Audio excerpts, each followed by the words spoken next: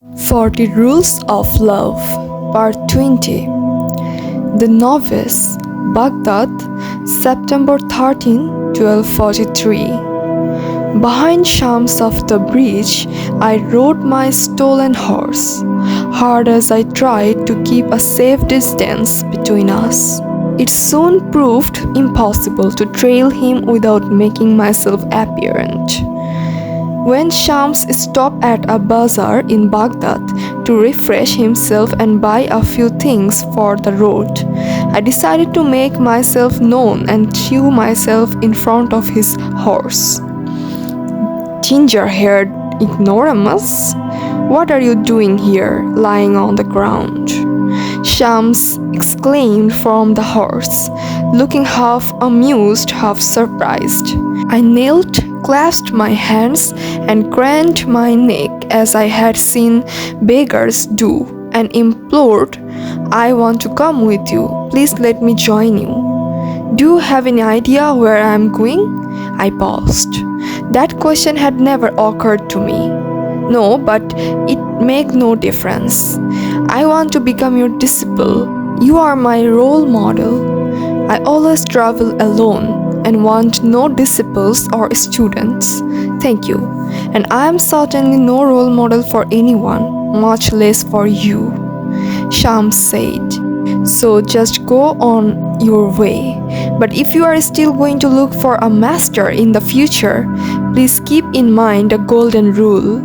There are more fake gurus and fake teachers in the world than the number of stars in the visible universe. Don't confuse power-driven, self-centered people with true mentors.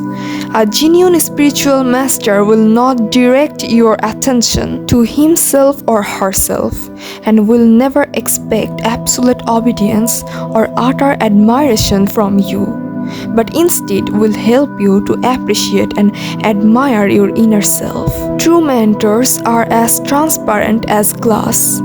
They let the light of God pass through them. Please give me a chance," I implored. All the famous travelers had someone to assist them on the road, like an apprentice or something. Shams scratched his chin pensively, as if acknowledging the truth in my words. "Do you have the strength to bear my company?" he inquired. I jumped to my feet, nodding with all my heart. "I certainly do, and my strength comes from within." "Very well, then here is your first task. I want you to go to the nearest tavern and get yourself a pitcher of wine. You will drink it here in the bazaar." Now I was used to scrubbing the floors with my robes, polishing pots and pans till they sparkled like a fine Venetian glass I had seen in the hands of an artisan who had escaped from Constantinople long ago, when the Crusaders had sacked the city. I could chop 100 onions in one sitting, or peel and mince cloves of garlic, all in the name of spiritual development.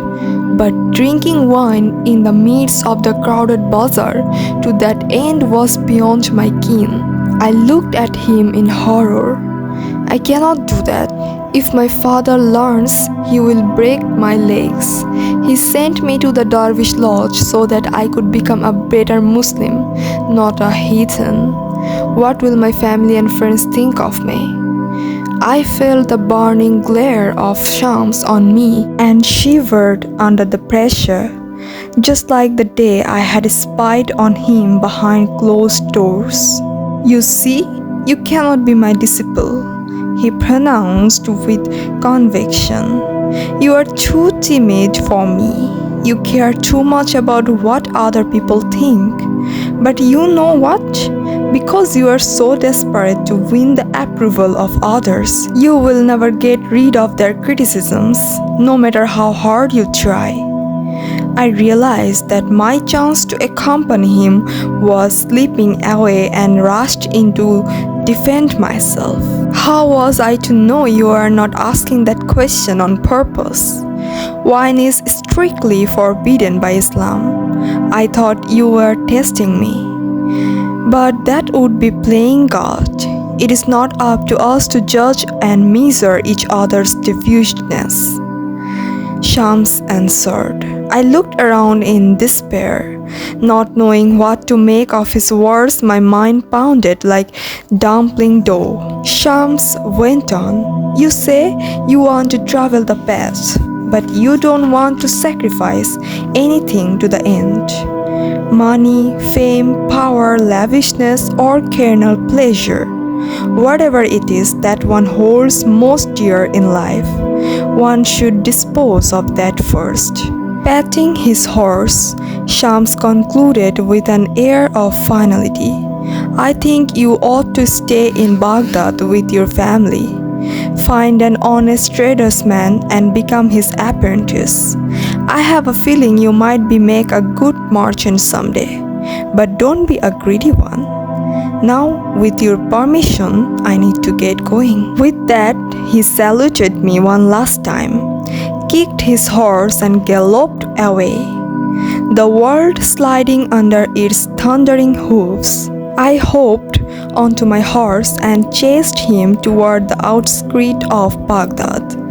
But the distance between us got greater and greater until he was no more than a dark spot in the distance. Even long after that spot had disappeared on the horizon, I could feel the weight of Shams' stare on me.